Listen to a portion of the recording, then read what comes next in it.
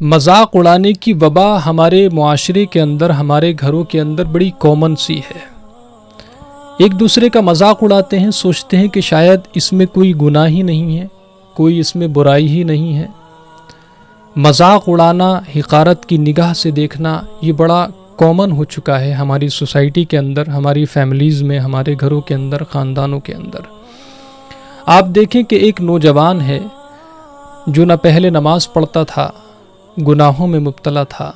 اب جیسے ہی اس نوجوان کی زندگی میں ایک انقلاب آتا ہے، چینجنگ آتی ہے، وہ نوجوان اسلامی لباس پہننے لگتا ہے، اپنے چہرے پر سنت رسول داڑھی سجانے لگتا ہے، تو ہمارے گھروں ہی کے اندر سے اس کے اوپر کمنٹس کرتے ہیں، تنقید کرتے ہیں، اس کا مذاق اڑاتے ہیں کہ بھئی تم تو پورے مولانا بن گئے ہو، تم تو پورے ملا جی بن گئے ہو۔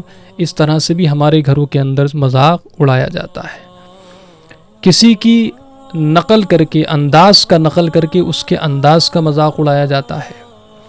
اور بعض نادان ایسے بھی ہیں کہ قدرت کی بنائی ہوئی چیزوں کا بھی مذاق اڑانے سے نہیں شرماتے ہیں۔ کسی کی آنکھ میں اگر تھوڑا ٹیڑھا پن ہے تو کہتے ہیں کہ بھینگا ہے، بھینگا کہہ کر کے اس کی مذاق اڑائی جاتی ہے۔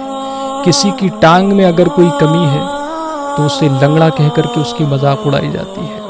کسی کی ناک لمبی ہے تو اس کا مذاق ہے، کسی کے ہونٹ موٹے ہیں تو اس کا مذاق ہے۔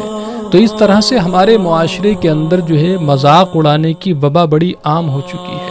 اس سے بھی ہمیں بچنا چاہیے، اس لیے کہ اس سے دل کو تکلیف پہنچتی ہے، دل آزاری ہوتی ہے، اور یہ گناہ بھی ہے۔